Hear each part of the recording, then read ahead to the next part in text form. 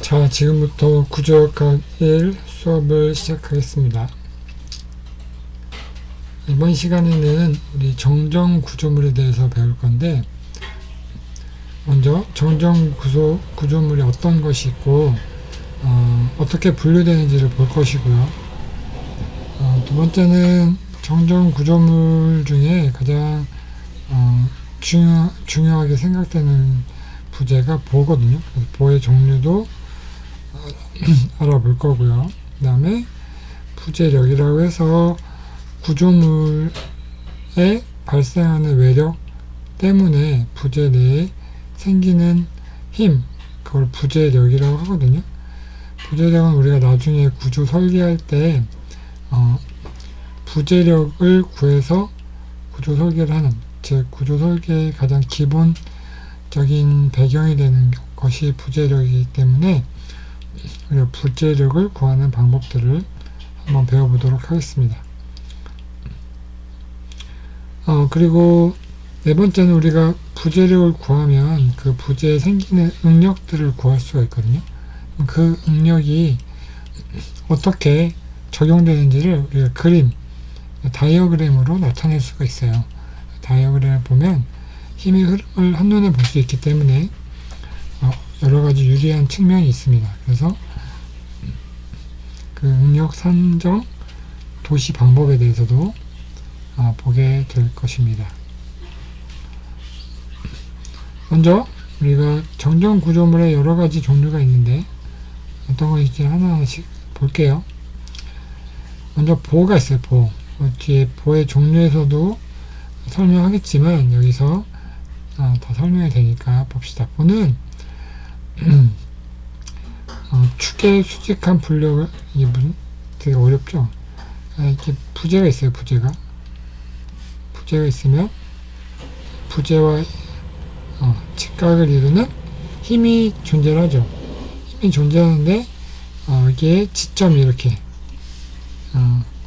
두 개 또는 뭐 세 개 이런 지점으로 이루어진 이런 형태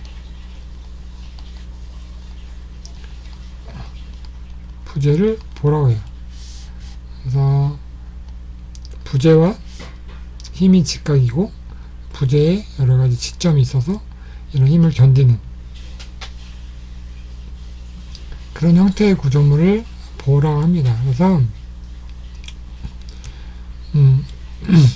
우리가 두 번째 보의 종류에 대해서 얘기한다 그랬죠. 여기로 이걸로 다 가름할 수가 있어요.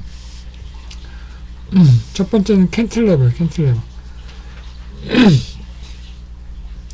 캔틸레버의 특징은 보가 있으면 이렇게 하중이 발생하고 지점이고, 지점 하나로 하중을 견디는 거를 우리가 캔틸레버, 그리고 여기에 지점이 고정단, 우리 앞에서 배웠죠? 고정단일 때 캔틸레버라고 하고요. 그 다음에 심플리 서포티드 해가지고 단순보래요. 단순보. 지점이 두 개고 힌지 이동 또는 힌지 이렇게 되는 것을 우리가 단순보라고 합니다. 그 다음에 이거는 오버행잉 해가지고 얘는 네임인보. 그러니까 부재 끝에 지점이 있는 게 아니라 지점이 있는 바깥으로도 보가 존재하는 거. 그래서 그거를 오버행잉 또는 네임인보라고 합니다. 이거는 연속보 또는 갤버보라고도 하는 거예요. 갤버보.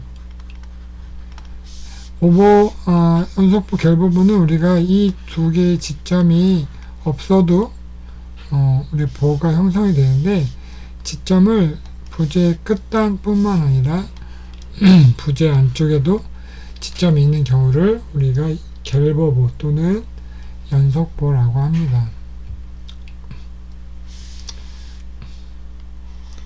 이거는 고정보라고, 고정보. 그러니까 양쪽 다 캔틸레버로 해서 양쪽 보가 다 캔틸레버로 이루어진 볼 고정보. 그 다음에 이거는 캔틸레버 심플리 서포트.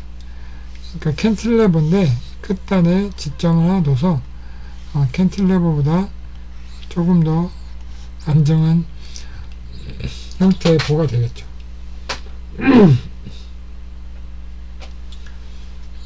이렇게 보의 종류가 이렇게 있습니다. 이렇게.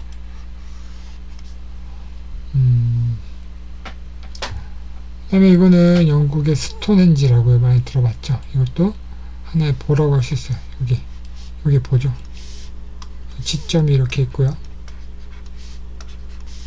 이게 다 지점이 되겠죠.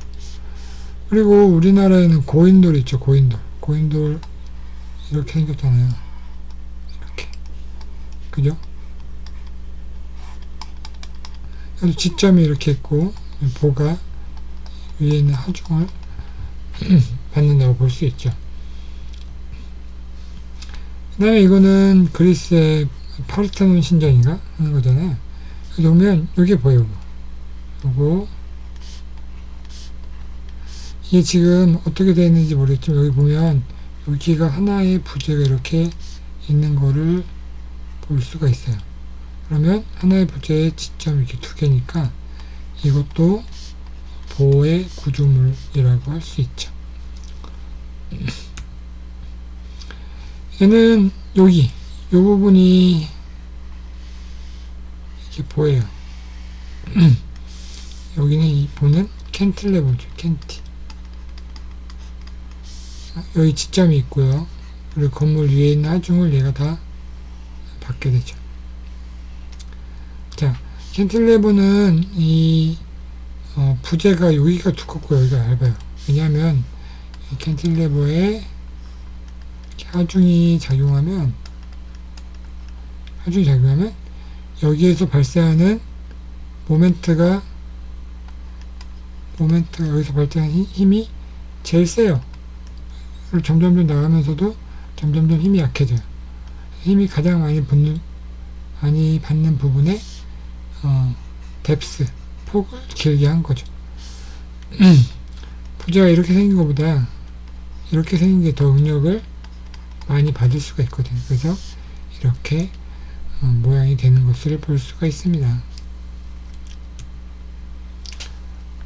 그 다음에 다리인데요. 다리를 보게 되면 여기 있죠. 여기 지금 이어지지 않아서 그런데 이어지지 않았을 때 이 상태가 여기 아까 앞에서 본 캔틸레버랑 비슷하죠. 그래서 여기가 지점이고 여기는 지점이 없으니까 캔틸레버죠. 이 다리가 이어지면 캔티가 아니겠죠. 공사 중에 현장에 다리의 일부분을 우리 캔틸레버 보라고도 볼 수 있습니다. 일반적인 다리예요. 다리를 보게 되면 여기 부재가 있죠. 여기 부재가 있고 여기 지점이 있어요. 이렇게. 이 파란 형광도 우리가 보라고 할 수 있겠죠. 뒤에 있는 것들도 마찬가지고요.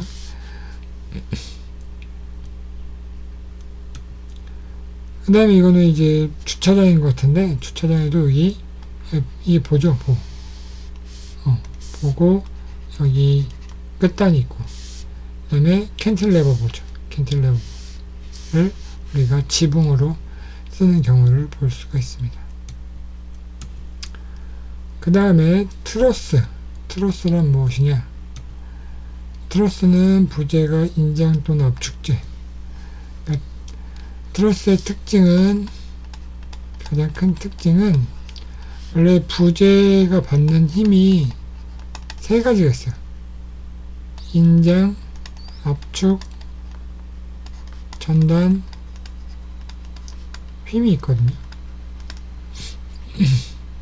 근데 이 트러스의 특징은 모든 부재가 전단도 없고 힘도 없고 인장 또는 압축재로만 힘을 받아요.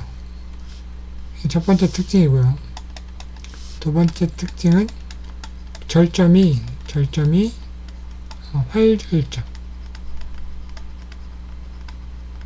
회전단이라고 볼 수 있죠. 다른 말로 힌지라고. 이렇게 이루어진 구조물을 우리가 트러스라고 합니다. 그래서 이거는 이제 지붕 트러스, 이거는 보호 트러스 뭐 이런 식으로 얘기하는데, 여기 특징을 보게 되면 부재와 부재가 만나는 게 다 이렇게 힌지로 되어 있어요. 회전단이죠. 회전단으로 되어 있고, 그 다음에 이 부재 해석을 뒤에 가서 하게 되면 이 부재들이 인장 또는 압축만 받아요. 인장 또는 압축. 만약에 여기 이렇게 하중이 주어지게 되면 얘는 압축이 되겠죠. 밑으로 내려와요. 내려오면 얘랑 연결된 게 인장이 맞겠죠. 이렇게 해서 부재에 전단이나 힘이 없기 때문에 부재가 큰 하중을 버틸 수가 있어요. 트러스로 짜여져 있으면. 부재에 큰 영향력을 미치는 게 힘이고, 부재 파괴에 영향을 미치는 게 전단이거든요. 근데 부재가 인장 압축력만 받기 때문에 이런 부분들에 있어서 좀 더 강한 강성을 가지고 있을 수 있다고 하겠죠. 그 다음에 트러스의 특징 중에 하나는 뭐냐면, 이 부재 연결 모양이 삼각형. 무슨 말이냐면, 여기 운대용 트러스를 보게 되면 여기 삼각형이죠. 삼각형. 이렇게 부재가 삼각형으로 연결되면 부재는 인장 압축만 받는 트러스 구조물로 된다 라고 할 수가 있습니다. 이거는 공장의 것 같아요. 공장의 지붕인데, 지붕에 보면 여기 보면 여기 트러스가 되죠. 삼각형이 되어 있고, 이렇게 보게 되면 트러스가 되어 있어요. 이 앞에 본 것 같은데, 요거죠. 페라트렉스라고 해서 이게 그대로 이렇게 이루어진 걸 볼 수가 있죠. 이렇게 트러스를 놓게 되면 기둥과 기둥 사이의 거리를 우리가 충분히 넓게 쓸 수가 있어요. 그냥 일자 보일 때보다 트러스일 때 보가 견딜 수 있는 하중이 더 크기 때문에 이렇게 기둥과 기둥을 넓게 쓸 수가 있어요. 그 다음에 이거는 철교 같아. 철교도 보면 여기가 트러스가 될 수 있어요. 트러스가 되면 여기 기차의 하중을 이 트러스가 분담을 하는 거예요. 그래서 우리가 일반 그런 공장보다, 앞에 있는 이런 공장보다 기차라는 무거운 것들이 이렇게 왔다 갔다 하면 하중이 되게 많이 발생하거든요. 진동도 있고. 그래서 그럴 때는 이 트러스를 쓰면 조금 더 안전하게 그런 무게들을 버틸 수 있다라고 해서 다리에도 많이 쓰이고 있습니다. 아까 그 다리예요. 다리 옆에서 본 거고요. 그 다음에 이거는 우리가 타워 크레인 아파트 공제 현장에서 많이 볼 수가 있어요. 타워 크레인은 일단 무거운 물체를 들어야 되니까, 그죠? 큰 힘이 부재에 작용할 수 있고, 타워 크레인 높잖아요. 높기 때문에 높이가 있으면 모든 구조물은 무게가 증가해요. 그런데 트러스를 사용하면 무게를 줄일 수가 있어요. 왜냐면 보면 알겠지만 얘를 이렇게 철제로 연결하니까 당연히 무게를 줄일 수가 있고, 중간중간에 공기가 통할 수 있는 부분이 있기 때문에 풍화 중에도 강하게 견딜 수가 있어요.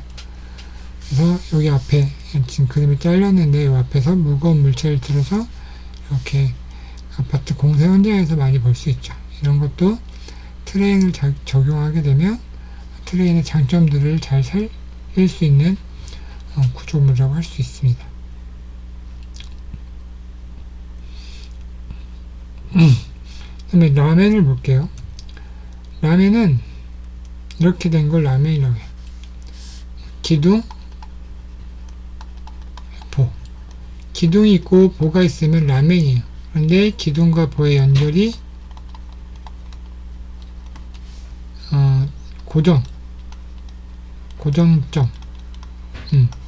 강절이라고도 하죠. 이런 것을 우리가 라멘이라고 해요. 그래서 정정라멘, 3힌지 라멘이라고 하는 건 중간에 힌지가 있다는 소리죠. 그래서 인장제, 여기서 보가 인장되죠. 압축제, 기둥이 압축제예요. 그래서 수평부재와 수직부재, 일반적으로 그 절점, 만나는 점이 강절점일 때 우리가 이런 구조물을 라멘이라고 해요. 일반적으로 건물을 지을 때 가장 많이 쓰는 구조예요. 그리고 우리가 주위에서도 가장 많이 볼 수 있는 구조입니다. 자, 이번 보게 되면 철골 구조물인데 기둥이 있죠. 기둥, 보가 있죠. 기둥이 있죠. 일단 보와 기둥이 있고, 여기 보게 되면 확대를 해보면 여기가 접합이 고정점, 강절점이에요. 그래서 요거도 라멘이고, 이 라멘으로 이루어진 이 건물 구조도 우리가 라멘 구조다라고 할 수 있습니다. 좀 더 자세히 표현하면 철골이니까 철골 라멘 구조라 얘기할 수가 있습니다. 이것도 마찬가지죠. 앞에 있는 건물하고 똑같은 형식의 구조물이라고 할 수 있어요. 그 다음에 이거는 이제 건물인데, 건물에 여기 기둥이죠. 기둥, 이게 보죠. 자, 수평제와 수직제가 만났고, 여기 보면 일체라는 말은 강절이라는 소리죠. 이것도 라멘 구조의 형태라고 볼 수 있어요. 보면 여기 접합이 되죠. 접합이 지금 볼트 접합이 되어 있는데, 볼트 접합은 우리가 강절로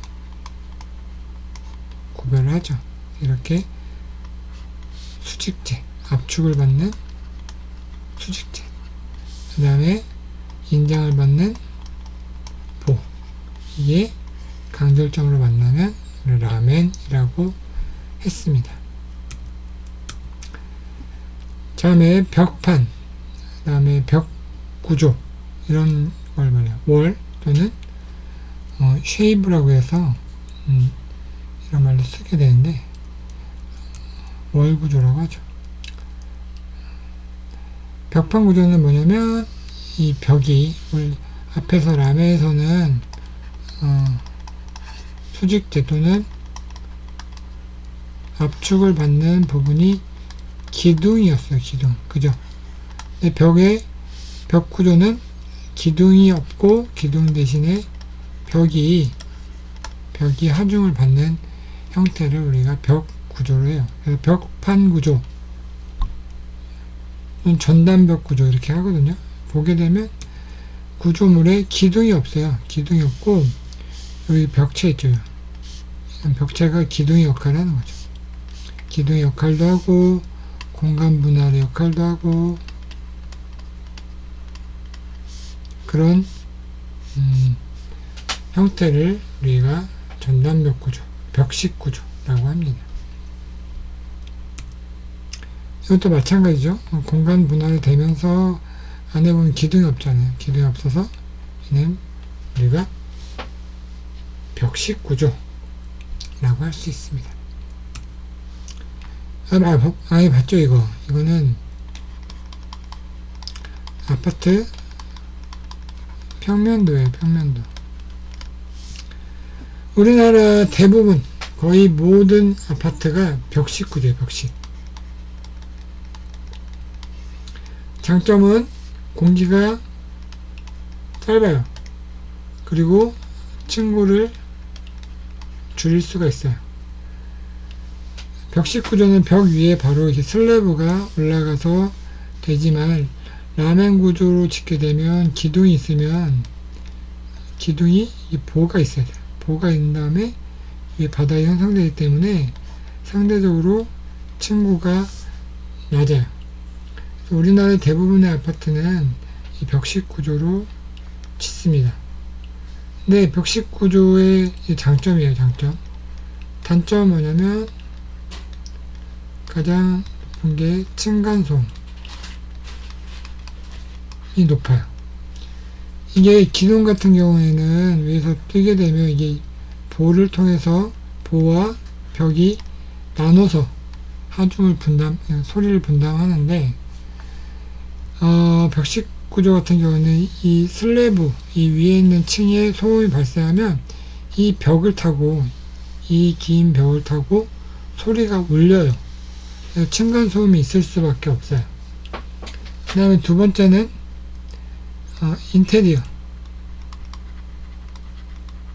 인테리어를 하는데 제한이 있어요. 인테리어가 뭐냐면 여기 보게 되면 벽이 하중을 받고 있기 때문에 벽을 허물거나 할 수가 없어요. 그러면 건물이 무너지죠. 그래서 이런 벽들이 다 하중을 분담하고 있기 때문에 공간이 딱 나오면 여기서 끝. 더 이상 변형하기가 어려워요. 세 번째는 뭐냐면 설비라면 수도관, 그 다음에 전기 이런 것도 있어요. 설비를 한번 시공할 때 설치하면 이 설비를 교체하기가 굉장히 어려워요. 그래서 원래 콘크리트 구조물은 수명이 100년 정도 돼요. 100년? 근데 우리나라 아파트는 보통 20년이면 노후 아파트라고 해요.